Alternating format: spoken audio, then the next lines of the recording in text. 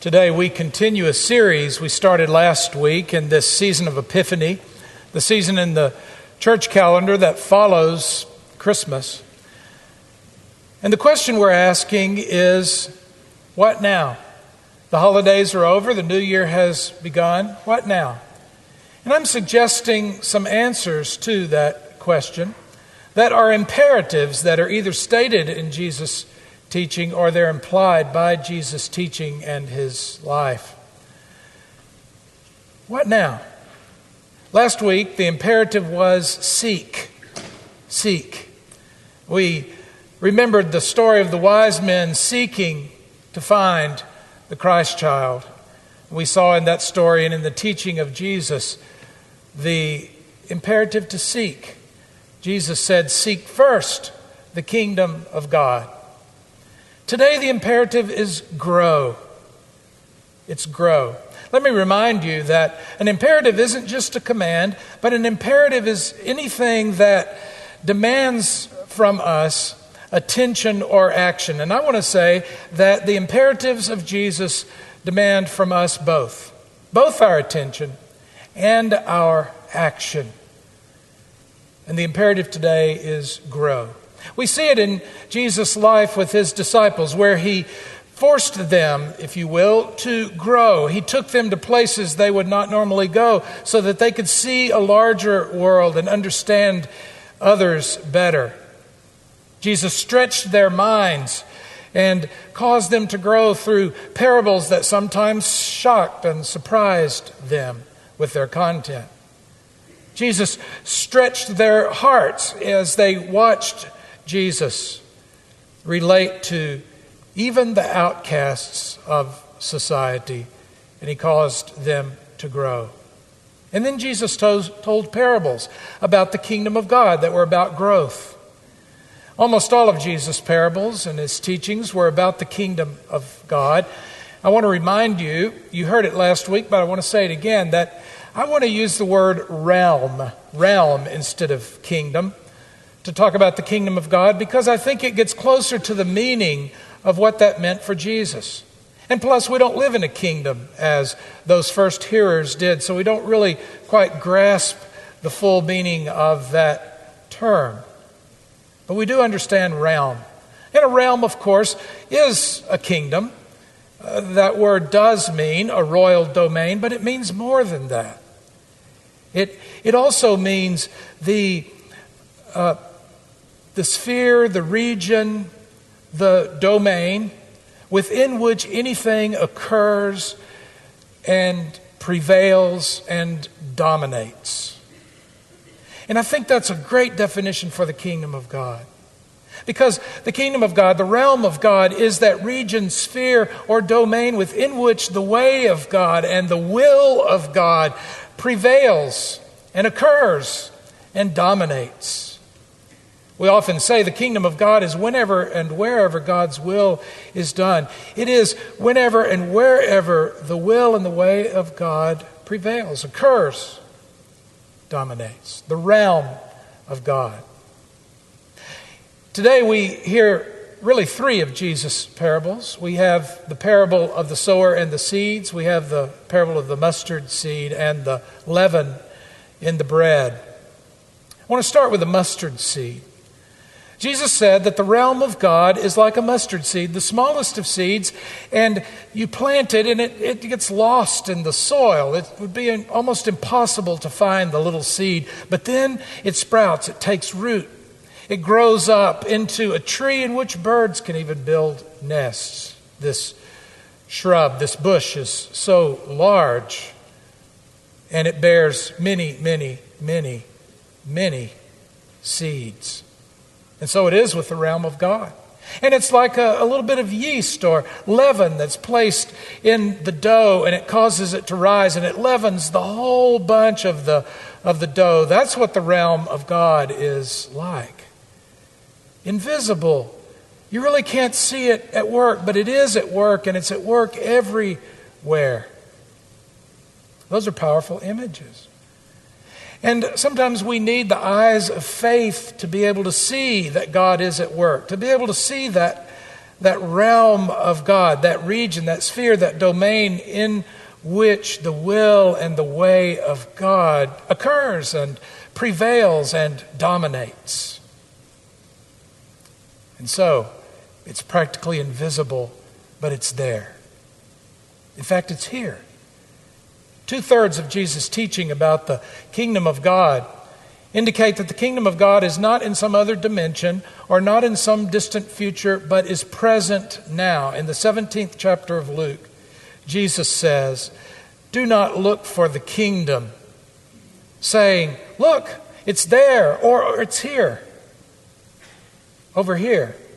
But rather the kingdom of God is in your midst." It's in your midst. It's here. The realm of God, where God's will is done, where it prevails, where it dominates. It's here. It's in our midst. Jesus is saying to us in these parables. But we sometimes miss it. We don't even see how God is at work, even right in our midst.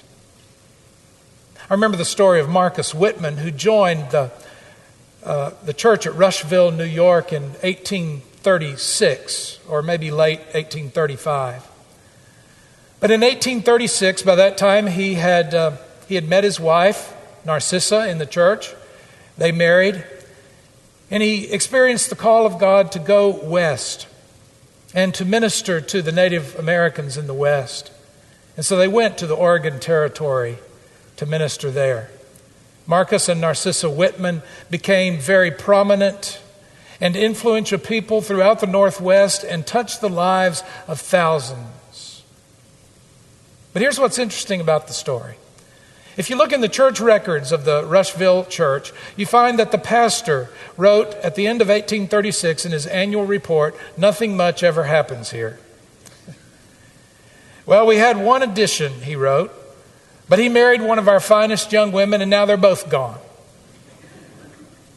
He couldn't see.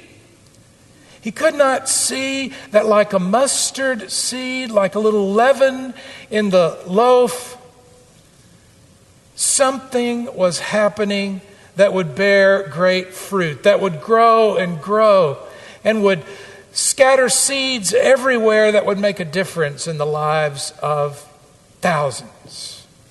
But he missed it. And there it was, right in the midst of that congregation, the realm of God, God's will, God's way, happening and prevailing and dominating right in that place. Jesus told another parable. These are parables about seeds. This is a parable about seeds and a sower who sows them and the soils that receive the seeds. A sower went out to sow, Jesus said. As he sowed, some seeds fell on the hard ground, and some fell on rocky soil, and others fell among thorns, and some fell on good soil. And that tells us that this sower was recklessly scattering the seeds just everywhere, seeing what would happen, just with abandon. Those seeds, we learn in this instance, Jesus, it's a very rare occurrence for there to be any explanation of the parables, but we have one here. And we learn that the seeds represent the Word. They represent the love and the grace of God. These seeds represent to us the teaching of God, the teaching of Jesus. And they're just scattered everywhere freely. Some of them fall on hard soil, hard ground that's been packed hard. You can imagine the paths along the side of the field that has been prepared for sowing. And they don't take root. They can't break through the hard path before the birds come and snatch them up. And then there are the seeds that fall on the rocky soil. This is shallow soil, an inch or two of dirt on top of limestone shelf. And because the soil is warm, because of the shallowness of the soil, the seeds sprout quickly and they begin to grow. But when the heat comes, they wither and they die. And then some of the seeds fall among thorns and they sprout and begin to grow, but the thorns choke them out and they never bear fruit. And then there's the good soil. See, the challenge of this parable for us today, as we begin this year, as we ask the question, what is the condition of my receptivity, of my heart, my soul, my mind? Is it open and receptive to the love and the grace of God and the teaching of Jesus that would guide my way?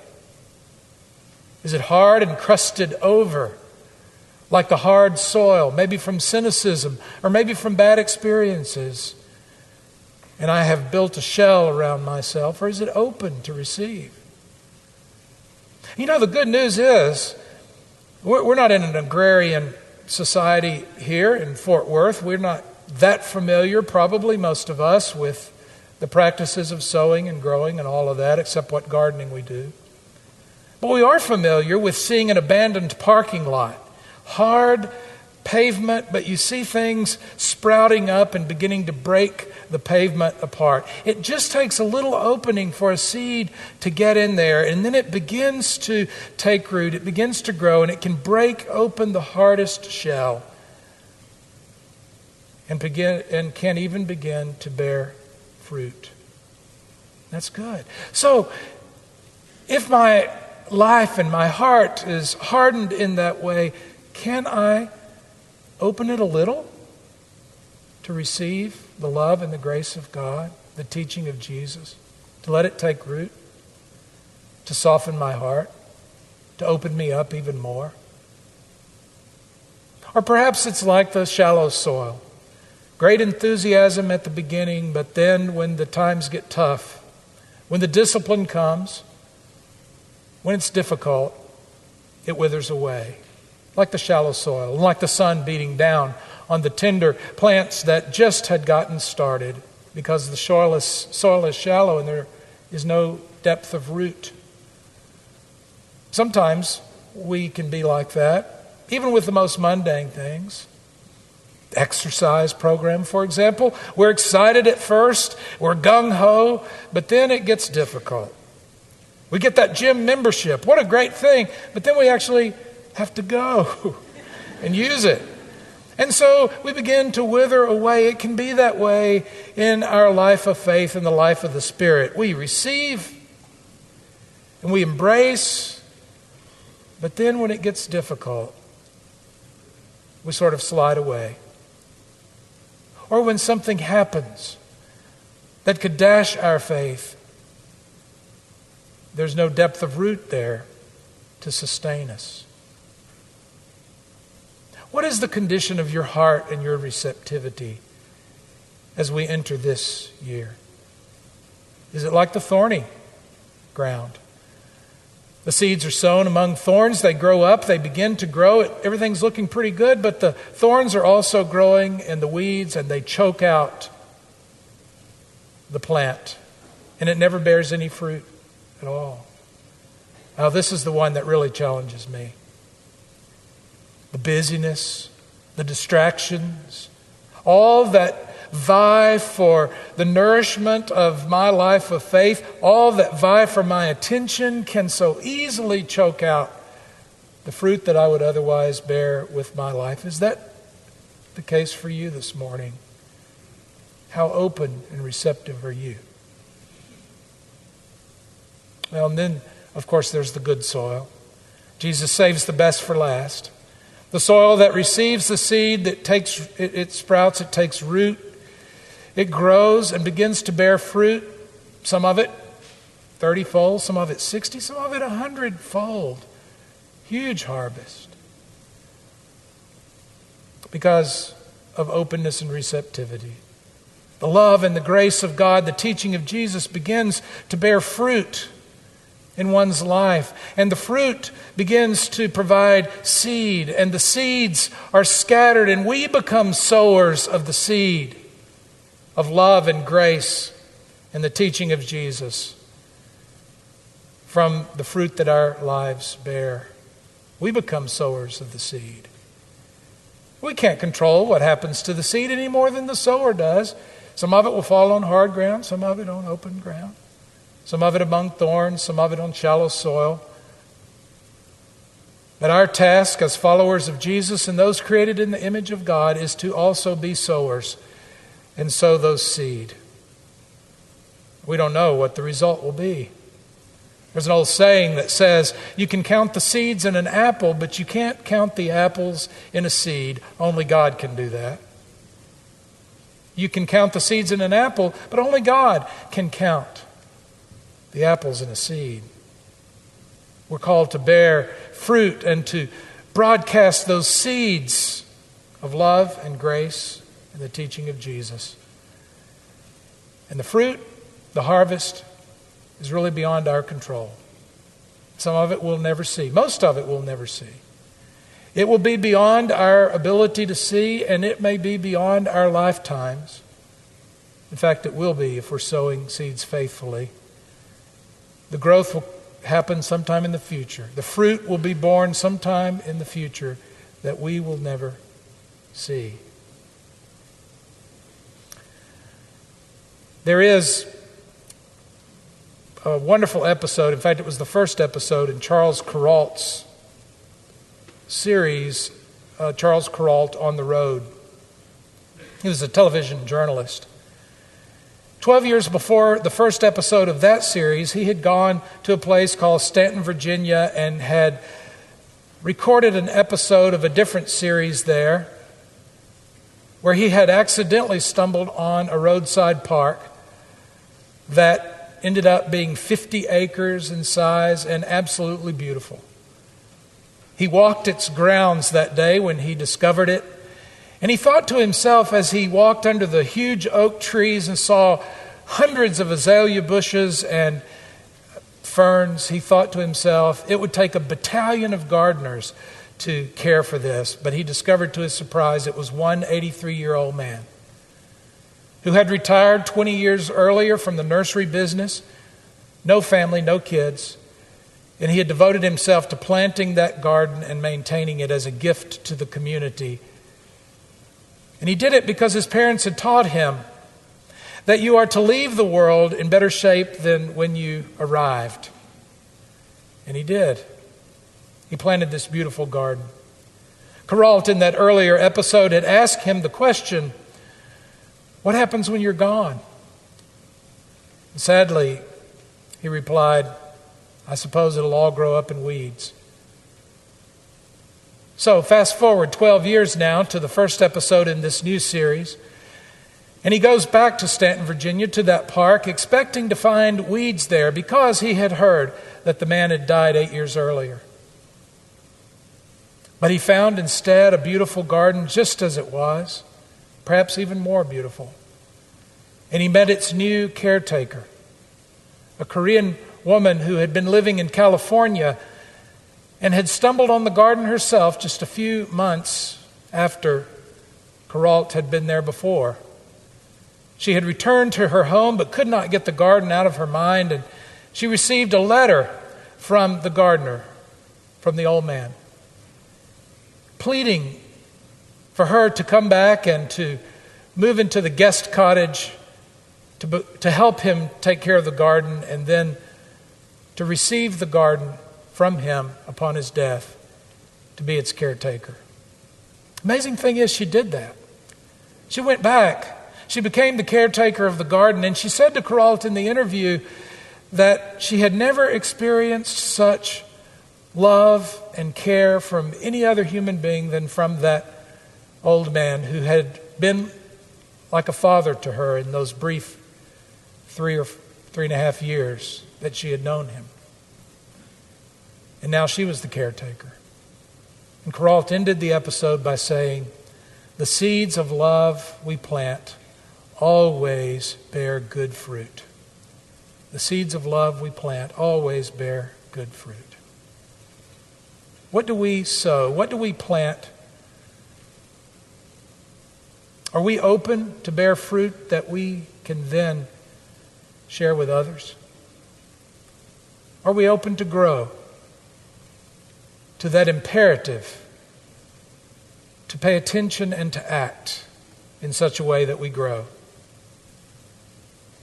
I want to close with this. In the Hebrew Scriptures, there is a king named Hezekiah who was originally a good king, but he became selfish.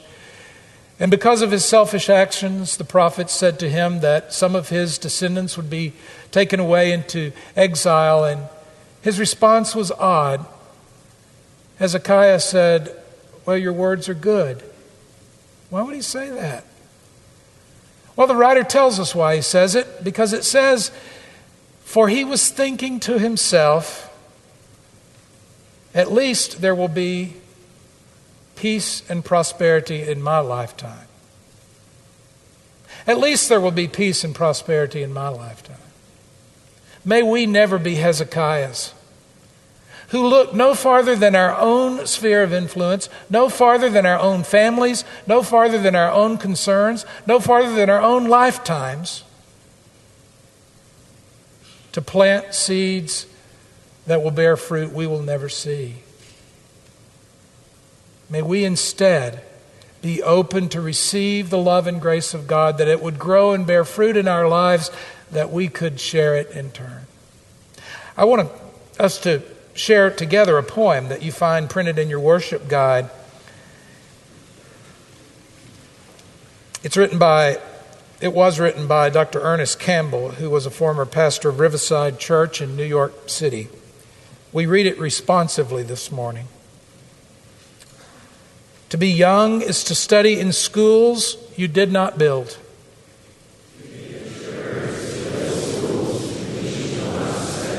To be young is to swim in pools you did not dig.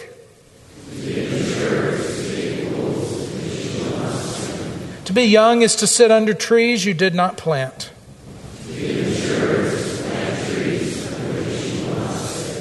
To be young is to dance to music you did not write.